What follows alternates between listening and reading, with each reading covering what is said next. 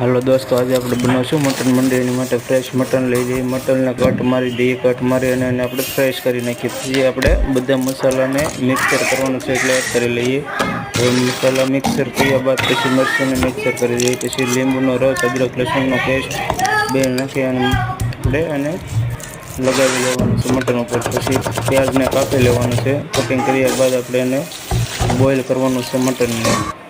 Mutton boil થયા બાદ આપણે એને કાઢી અને પાણી તેનું લઈ લેવું. પછી આપણે રાઈસ બનાવીશું. રાઈસને માટે બધા મસાલા એડ કરી અને આપણે જે પેલું પાણી કાઢેલું હતું એ પાણી પણ એમાં એડ કરી દઈશું.